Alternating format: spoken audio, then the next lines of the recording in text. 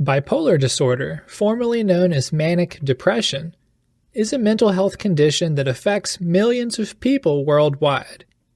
Despite its prevalence, there are many misconceptions and myths surrounding this disorder. Some people mistakenly believe that individuals with bipolar disorder are simply moody or erratic, while others assume that the condition can be cured with willpower or positive thinking. In reality, bipolar disorder is a complex condition which requires proper diagnosis, treatment, and ongoing management.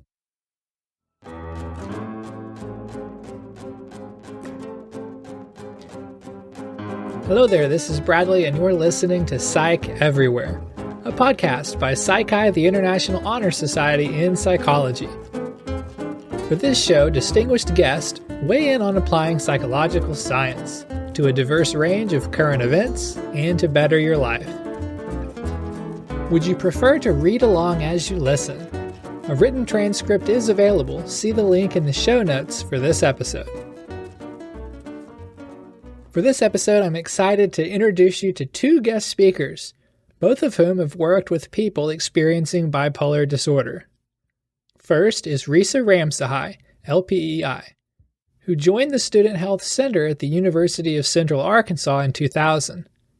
Reesa's integrative approach to counseling draws from psychoanalysis, humanist, and positive psychology approaches.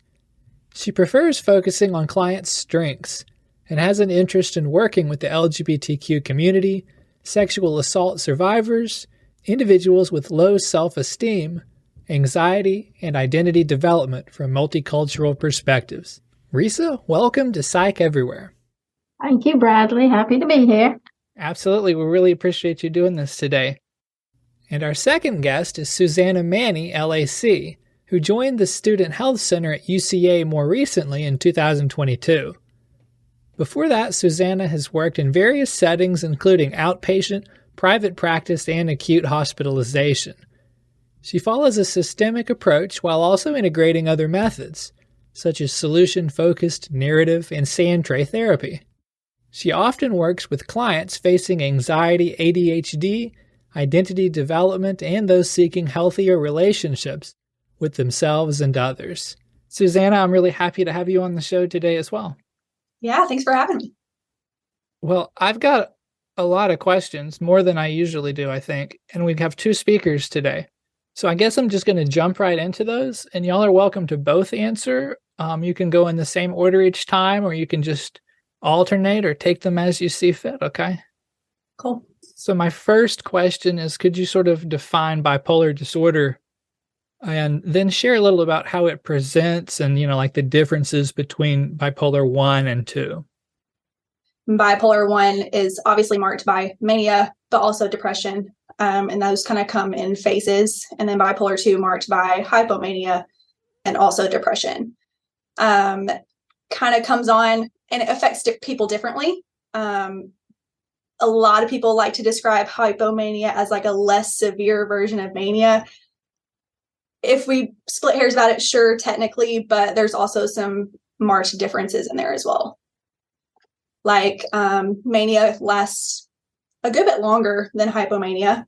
Mania could include psychosis, could include hospitalization. It has increased marked impairment from daily functioning, whereas hypomania is not super impairing to the person. Other people, sure, will notice it. You will notice it, maybe. But it's not as impaired, and it never has psychosis, and it never requires hospitalization. Bipolar 2, it's one of the more difficult ones for me to diagnose. Can look like repeated depression, because sometimes folks, clients would say the hypomania is like feeling normal, and then they take a dip.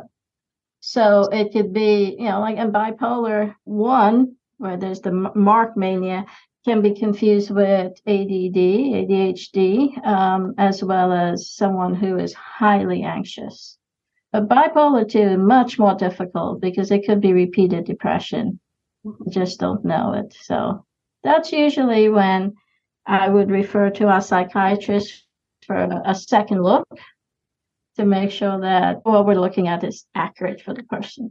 Yeah, both teams require, really quite a few sessions to really know what you're looking at, and input from likely a med provider to really see what we're looking at, because it is difficult to diagnose. And if we really want to split hairs over like insurance type stuff, it's a more quote unquote severe diagnosis according to insurance. And so like, we don't just hand it out. It's something that you kind of got to look at for a while. So for my next question, I wondered, did you have any personal experiences with working with people with bipolar disorder that you could share a little about, like what that was like, and steps that were taken and things like that? Obviously protecting their anonymity. I'll go ahead and start with that. Absolutely, yes. It first started with me when I worked inpatient. Very much had a team approach. My first bipolar person was bipolar 1, adolescent female. And my psychiatrist on the team picked it up, and I saw very quickly what medication can do for that person. We work at the college level, so we will see a lot of people coming in, and again, highly anxious. And also this is about, the age range where you also see bipolar showing up. And you sometimes see it worsen because of the added stress of college. So yes, I've had numerous folks diagnosed with bipolar 1 and 2. Yeah, I worked in psychiatric hospital for I think 3 years. And so I saw it quite a bit in the hospital, but I've seen it on the outpatient basis as well. And meds do a whole lot. Also, like Reesa said, like this is the age that it typically starts to kind of show up a little bit from, yes, added stress of college and all of that, lack of routine, that kind of stuff, but also substance misuse was a big trigger for folks that would come into the hospital. All of a sudden they're having their first manic episode, and due to some substance misuse. And that's the other thing we have to look out for with the group we're working. Well, anybody is to check for substance abuse, because that could give you the highs and lows. And many people like to come in diagnosing themselves already. So we go through the whole interview process to make sure of what we're seeing. How early does bipolar disorder tend to present in a person's life? And are there any ways that those characteristics of it might change throughout the lifespan? Teens, early 20s for a lot of people is when I have typically seen it, both in the hospital and outpatient. Teens, early 20s. As it changes in a person's lifespan, I'm going to talk like from my specialty, and that's perinatal mental health. If you have a history of bipolar disorder, especially bipolar 1, you are at an increased risk for postpartum psychosis. And so each pregnancy can make that a little more difficult. And so that's one way that can change, especially in women. Some people say, again, you can diagnose it with children. And again, when you look at children, I think doctors are very cautious. And again, with children, a highly extroverted child can look ADD, which can look a little manic. It could be, just as some, stress, tantrums, things like personality. And so if medication or diagnosis is made early on, it's done very, very, very carefully. Very carefully. Okay. But one of the things that can change, again, is as you get older, stress can make symptoms worse, and the addition of any substance abuse.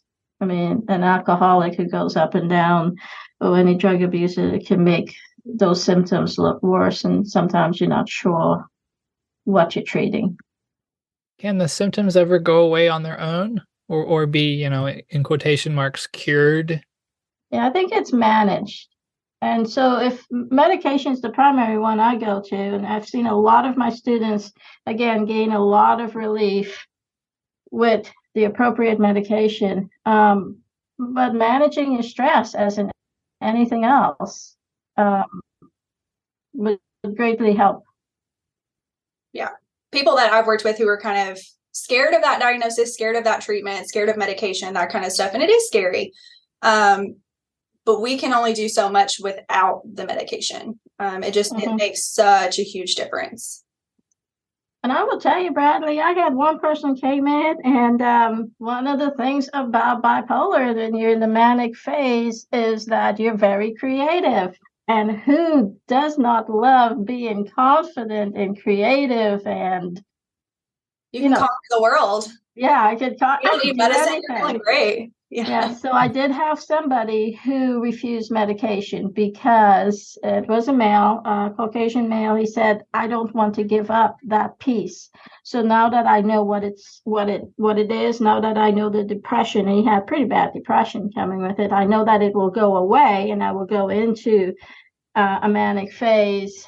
He said, "I'll manage that for now," but he did not want to give up the creativity he had and the good feeling he had in the manic phase. So he did not choose medication.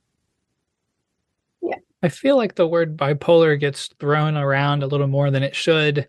Someone has an outburst, 100%. So others say they must be bipolar. So could you tell me what the difference is between a person who's just rebellious or argumentative and someone who actually has bipolar disorder? I mean, a lot of people use that too of like, oh, it just is like a switch of like, oh, 1 second they're happy and 1 second they're, chewing you out. And that's just not how it works. And I know I have to do a lot of psycho ed around that. I'm sure Reesa does too, of, someone defending a friend or a partner, whoever, oh, well, they have bipolar and that's why they do this, and this. And I'm like, that's not really kind of how that works. Let me show you what it actually looks like and what these phases look like and what that means. Because it's not the flip of a switch. And so that's it. So if you're if you're highly anxious, you would have a thought. You'll wake up in the morning, you'll feel good, and then you would have a thought, a conversation, and then your mood will switch. So really, what I try to figure out, did something precipitate the switch? Yes, you had a thought. And highly anxious people could do that. But with bipolar, because it's cyclical, nothing happens. And you can see that cycle high going down and going up. Again, that wave is fairly consistent. So for instance, my person who had, I can't remember his bipolar 1, I think he had bipolar 2. He can tell me every week he would have 3 days on where he got everything organized, and 3 or 4 days where he was depressed. Every week it happened the same way. And that's something that's indicating, again, a bipolar situation. Again, for instance, with females, if we have a female and we say, okay, is this happening, at the same time in your menstrual cycle, then we know it's related to hormonal shifts, not bipolar. So we try to distinguish between all of that. So as Susannah says, it's a very smooth sine wave, not a very sharp sine wave. And if you have someone like that you've been working with for a while, because yes, meds play a huge role, but therapy plays a huge role as well. And she has gotten to the point where she's on good meds, she's got a good med routine, and she has developed really great coping skills for managing her bipolar disorder. She's gotten to a point where she can kind of feel it in her body. She'll come in and she's like, something feels off. Like I feel like I'm about to get into like maybe some hypomania type stuff, or maybe even mania, just something feels off. And she's done enough work to kind of know herself and know her body and know her nervous system and how that feels.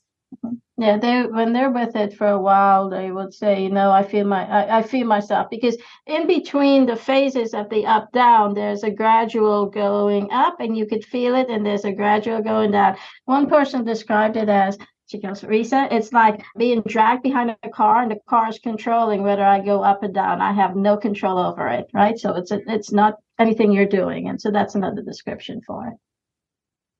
Which is hard because when they start getting that really big routine, because that's so helpful for bipolar disorder to really stay in a good routine. If something happens that throws that routine off, moving or, finals week and late night studying, all of those things can really start to contribute to that. And I mean, I know my client said something about like she notices if she starts to have trouble sleeping, and not in like an anxiety induced trouble sleeping, just a flat out like starting to realize she's not sleeping as much, is one of her cues of some stuff's about to get off a little bit.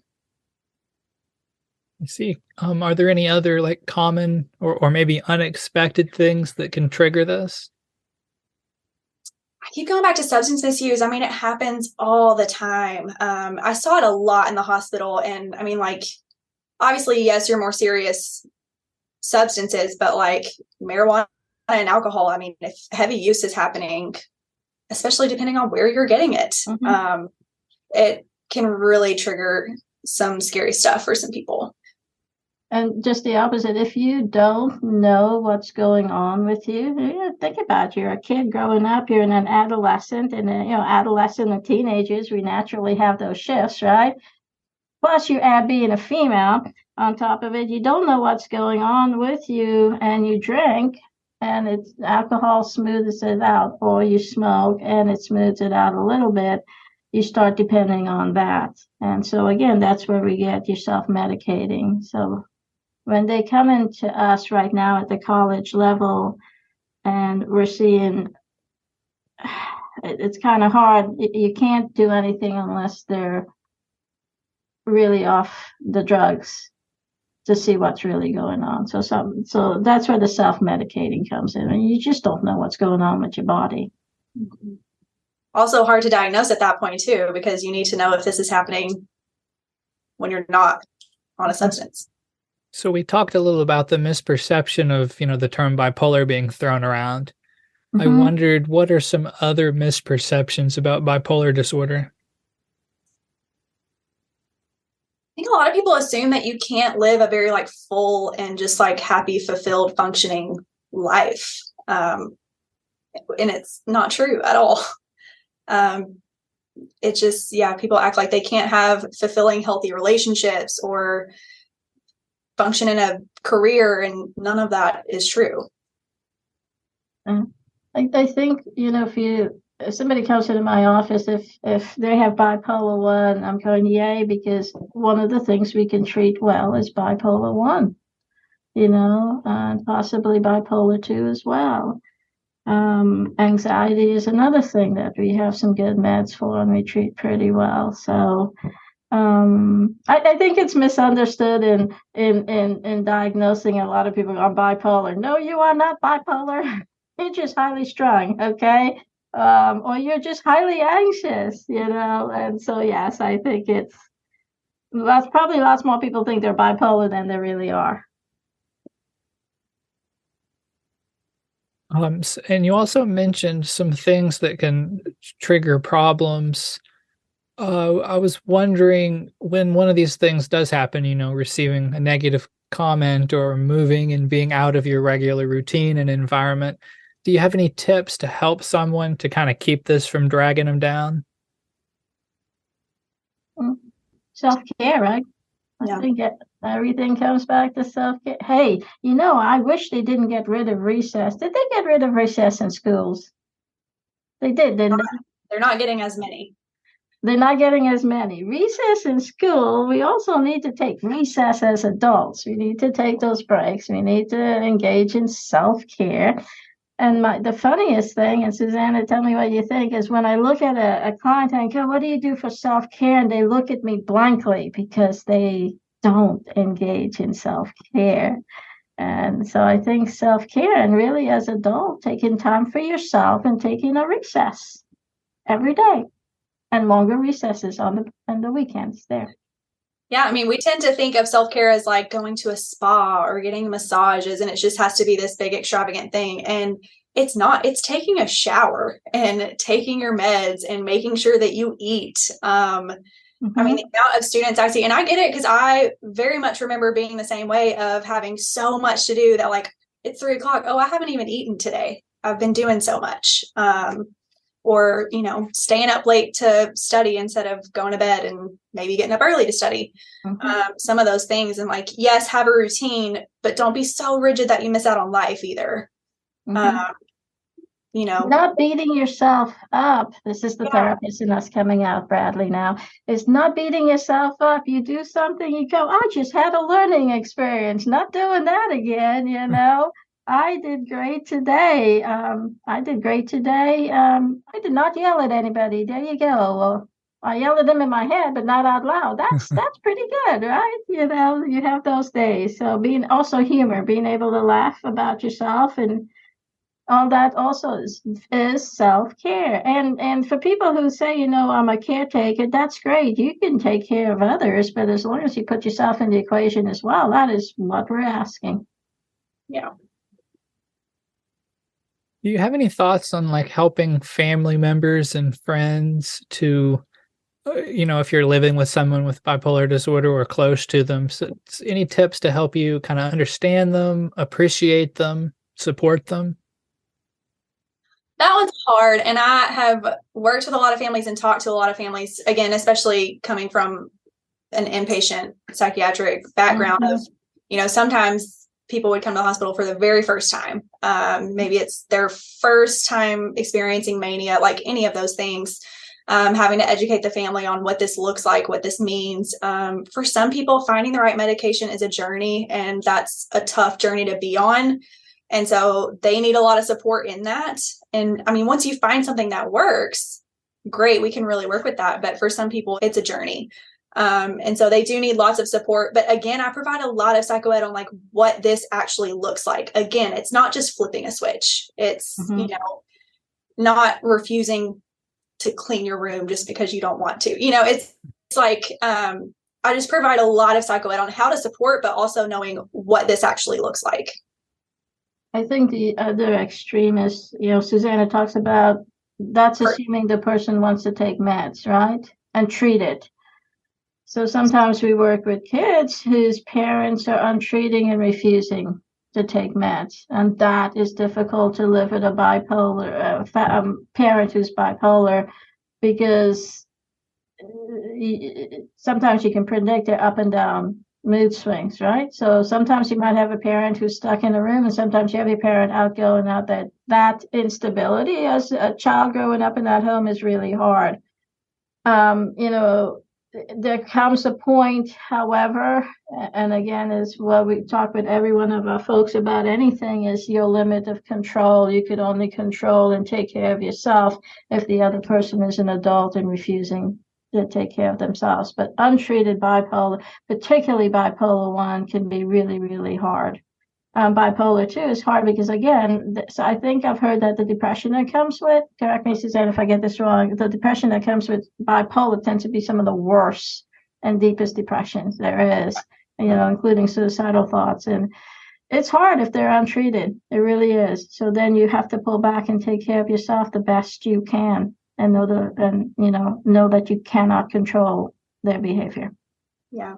And even like if we think about, college age folks, like, for one, these medications are expensive. So like socioeconomic standpoint, like I can get on a whole thing about that, but these medications are expensive, and, they may not have health insurance, or even if they do, some of these medications are still expensive. And if they're having to choose between medication and whether they pay their electric bill, sometimes medication takes a back burner. And two, we also live in such a social drinking society, especially college kids. And, is drinking while taking this medication a great idea? No. But do you want to have to explain at happy hour with your friends of why you're not drinking? A lot of people know. I think we should just stop asking people in general why they're not drinking, but they do. They ask that. Oh, we're at happy hour, like, why don't you have a drink? They're not going to really want to have to explain, I have bipolar disorder and I shouldn't drink with this medication.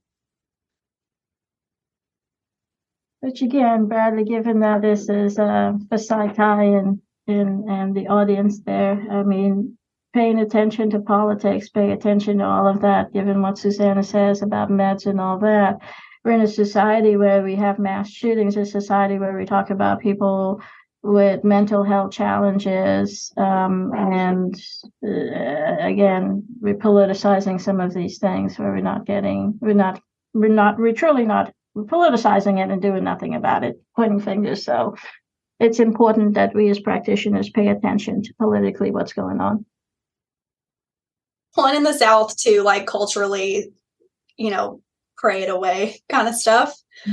Or just, we don't really take that outside the home. That can be really hard as well. If like maybe they're a minor or they're under their parents' insurance still and they want treatment, they're having a hard time, but maybe their family isn't supportive of that or can't afford it, is really hard on them as well. It was in my time at the hospital, it was always really heartbreaking when someone would be like, I don't know how I'm going to pay for this. I'm like, the RX card, I don't know either.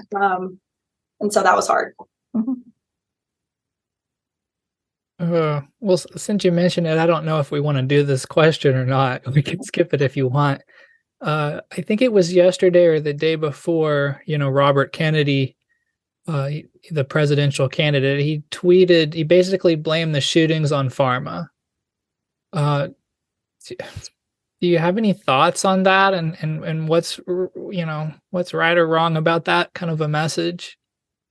Well, number one, it's oversimplified, but how is he blaming Big Pharma for this? I think he basically said if you look at a lot of the shooters, a lot of them had medication. Yeah, okay. So harmful.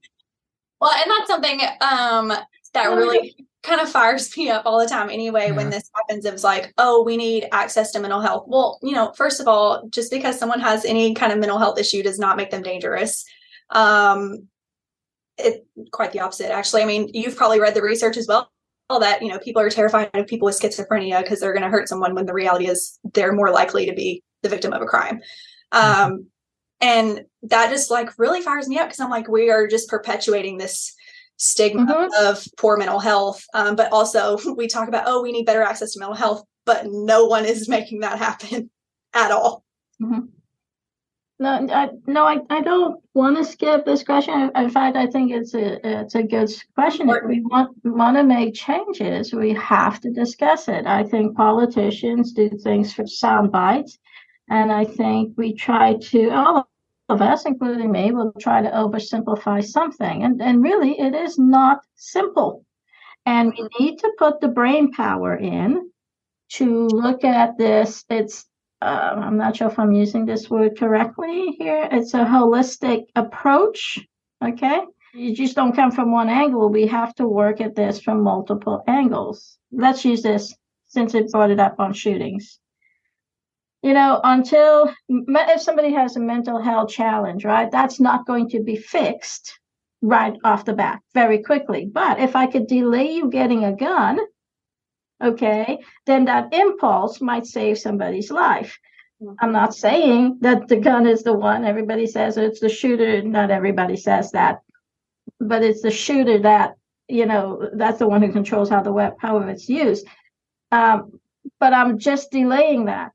So if the point is to save a life, then I'm not saying no, but just delay that, because for me to help you mentally is going to take a little longer, and it will include some of it, not all of it, medication and therapy. And then we go back to insurance and saying that, you only have so many sessions. Okay, or not, that just ties our hands a little bit, because not everybody fits the same square. And it takes a little longer and a little bit less for some people. So again, it's not simple. And if he's doing it for a soundbite, then really bad on him. As a person, not even a politician, as a person. So you're really saying that, these people may have been on medication, but it doesn't mean that the medication is responsible, that the medication maybe even delayed this, or could have been changed and could have done more, or maybe if this person had more health care. Okay. Absolutely, Bradley. Absolutely. By the way, I'd like to make a minor correction. I looked it up, and it looks like it wasn't a tweet by Kennedy himself. It was a tweet by someone else who was showing a clip from an interview that Kennedy had on the Martin Stein show. So if a person with bipolar disorder, if they lash out at someone, Is it ever like their fault? I feel like that's a tricky conversation to have. Like, on the one hand, you want to be able to take responsibility for your actions so you can improve, but at the other hand, you've got a little bit of a disadvantage and maybe it is a little beyond your control sometime. What do you think about that? I think we are responsible for how we treat people. And, everyone can lash out at people sometimes. I mean, gosh, when I was a teenager, I remember yelling at my mom because she asked me to empty the dishwasher. And I'd had a rough day that day. And I remember just being like, oh my gosh, I'm so sorry. Don't know where that came from. We are responsible for how we treat people and how we speak to people. And I'm not sure that it even matters like what kind of mental health type stuff you're dealing with. I mean, we think about like neurodivergence and that kind of sensory overload stuff can lead to lashing out on people, but we're also kind of responsible for noticing our own triggers and being responsible for how we treat people. And maybe that's also another, and I'm just talking here, another oversimplification, Right. in sure. That let's look what's different. Oh, you have anything bipolar, or you're tall, or you're male, or you're white, or what have you, and that's why you did this. And maybe I think it's an oversimplification. Is that okay? I do have bipolar. Did it contribute to my impulse? Yes, it absolutely did. I'm choosing not to take care of myself. It still falls back on your responsibility. Okay. Would it be easier for me to take care of myself if I was treated? Yes. Right. So, yes, it goes back to the person, but if we want to make it easier for themselves, yes, it goes back to the person if you want to do that. Mm-hmm. However, there is something that makes it harder for you to function in this world than it does for an average person. Let's help you get there. And I think that we're talking about, and again, I apologize if I use my words inappropriately, but we're talking about equity, are we not? Yeah. So yes, but let me help you because you do have something that makes it much more challenging for you than the average person. Right. And it's not like taking those meds is just going to like flip a switch and like, oh, now I can have perfectly, perfect boundaries and treat everyone wonderful all the time. We still have to get work in for coping skills and management. Do you want me to give you another example, Bradley? Go right ahead. Yes. We have sexual assault, and yes, all genders can be assaulted. Every individual can be sexually assaulted. But let's say right now we're all, males are in jail. They're not assaulting because they're male, because they live in a society we still have the myths perpetuated, right? Mm-hmm. So it's not because you're male. We got to work on the myths, and we got to work at what's going on, what we're being taught, what we're still seeing, and what, things we're not addressing from a very young age. Education. We go back to education. See, Bradley, it is so much fun talking with you. Yeah. I feel like y'all have given me so many questions. I've gone off the script completely. Sorry. You're fine. I'm still like some of my questions are like 2 or 3 topics back. That's fine. We track real easily as therapists. We can always come back. Anyway, so back to the topic of bipolar disorder. So what would you say to someone who doesn't want to be labeled as having bipolar disorder and so they're not getting the help that they need? We could go with another label, mood stabilization, because the drug we give is, the drug they prescribe is a mood stabilizer. And sometimes the same drug that's used for bipolar 1 sometimes is used for highly anxious people when some of those typical anxiety meds don't work. So we can call it, mood stabilization. Or some people seem to really like correcting chemical imbalance. They like to word it that way. I'm good with that, but yeah, that might help if they're okay with it. Mm-hmm. Yeah, it's interesting just how much of a stigma it still has. And again, I think there is this common misconception that you cannot live a happy, fulfilled, healthy life and have healthy, happy relationships. And that is not true. And so I think people are scared. I think a lot of people are scared of it for that reason. Because even the way it's portrayed, like in the media, we talk about, celebrities who are, assumed to have bipolar disorder a lot have never, come out and said that. But a lot of them are a hot mess in the media and that's kind of how it's perceived. Sometimes with medicine, not only for bipolar, but any medication, a lot of people don't like medication because they think, they're saying they're weak or admitting weakness or something. Mhm. I use food a lot. I said, if you were your favorite dessert, let's say you were coffee, then we're just adding creamer to maximize your taste there. And the medication is just something to maximize you. So because your core and your base is very good. We're just maximizing things a little bit. So because I don't like my coffee without creamer, so there. You mentioned celebrities. Could you share any celebrities who have publicly disclosed that they have bipolar disorder and that, it hasn't stopped them from achieving their dreams?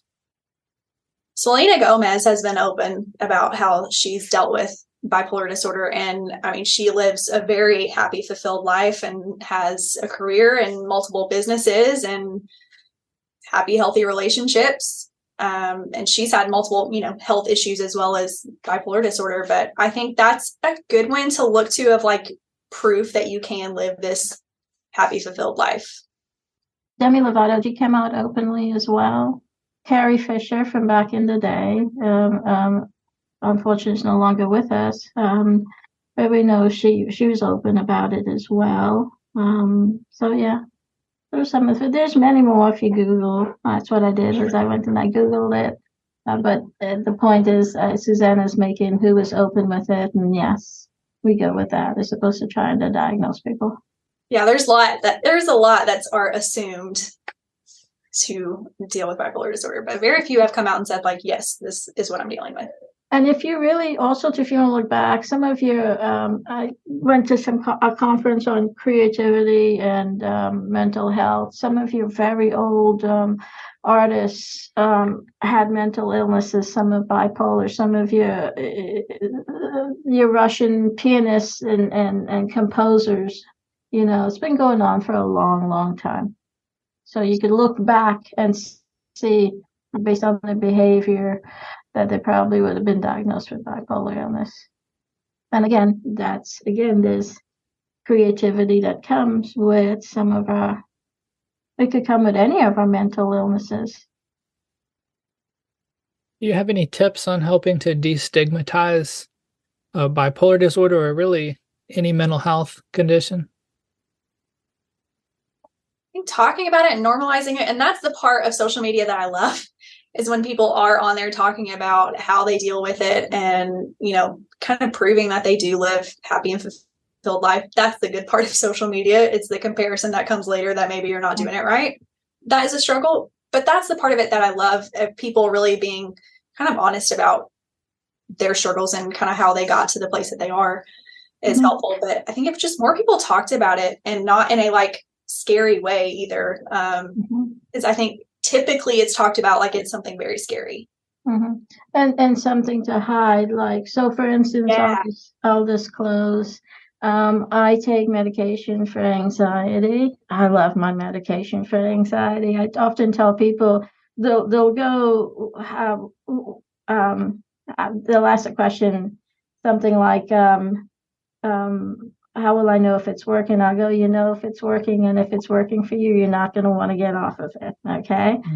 Anxiety runs in my family and my mother's side, and all three of my siblings have anxiety. We all handle it differently. Mine takes the form of rumination, and no matter, as a therapist, every trick I would tell anybody else I would use, and they work for a little bit, but not enough. And so I had to go to medication, and it really helps me with my sleep. It helps me have a better life. And so it is something that genetically runs in my family. And so, so sometimes I don't go around telling everybody, but I don't want to treat it as something to be shameful about, or it makes me less than. I recommend it to my folks. I use it myself. And so I feel like a pretty decent cup of coffee on most days. I even kind of joke about it of like that my dog takes Prozac because he does. He's a rescue. He was super anxious, so anxious that he couldn't even learn how to sit. And that was really hard. I mean, it was hard on him to just pace and pant and just not even be able to like lay on the couch until, you know, he got some Prozac and now he can learn how to sit and shake. He can do all kinds of stuff. Because if you can't get your nervous system to chill out, you're not going to be able to learn these coping skills properly. Mm-hmm. Not that it's impossible, like it does happen, but it's going to be a lot harder and a lot harder to make it stick. But as far as like, you know, instilling hope and getting people to talk about it more, you know, I talked earlier about people not wanting to go to happy hour because they don't want to say why they're not drinking because they take these meds. I think even stuff like that, just like that little small shift of just saying it, like, oh, I take these meds and I shouldn't drink when I take these. Full stop. Like that's something so minor, but it opens the conversation just a teeny bit of showing that it's nothing to be ashamed of. So my last question is another question of hope. Could you share any words of hope for people who have bipolar disorder or are close to someone who does? Again, it's one we could treat. We really can. You just got to get in and talk to your folks. We can treat it. Okay. It is very treatable, I think. And the prognosis is pretty good when we have it. If it's complicated, I'm not saying every single one. Some things are very complicated because you could be bipolar with added anxiety on top of that, or bipolar with added depression on top of that. But absolutely can be treated if you get in somewhere and put the work in. I tell my folks all the time, everything's figure outable. Like we will figure it out. And it's going to be fine. You're doing fine. Time is made up. It doesn't matter when we get there. We will figure it out. I think if you walk into a counselor's office, that's the start of self-care right there, you know. And it will take it, but particularly bipolar, I think, takes a team. It's a counselor and a psychiatrist. Okay. So absolutely, just start with self-care. Anything is possible. And allow people to help you. Allow your friends and family and support system to help you and support you. So many people try to do it on their own. You don't have to. Like Reesa said, it's very much a team effort.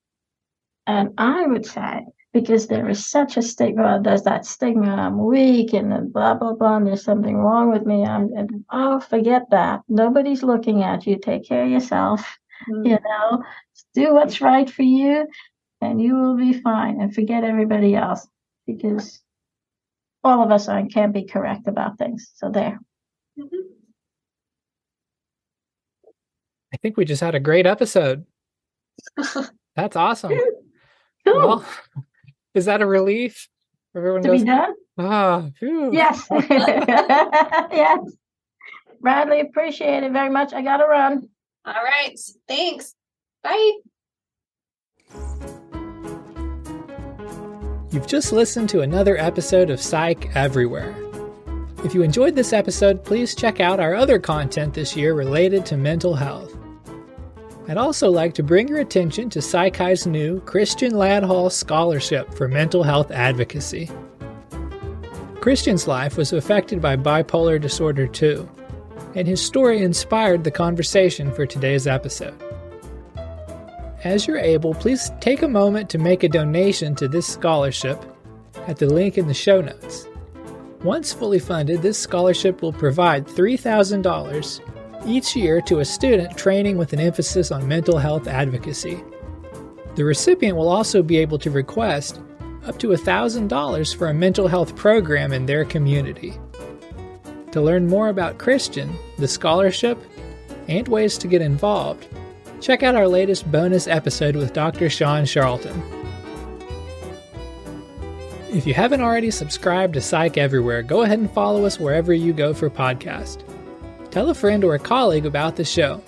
Word of mouth is a huge help for podcasts. So share what you learned at the dinner table or in your classes. You can also follow us on Twitter at Psi Chi Podcast and leave a review at Apple Podcasts or wherever you go for podcasts. You'll absolutely make my day, and more importantly, you'll be helping us to get Psych everywhere. Okay, that's all for now. I'll connect with you again soon. Copyright 2023, Psi Chi, the International Honor Society in Psychology. All rights reserved.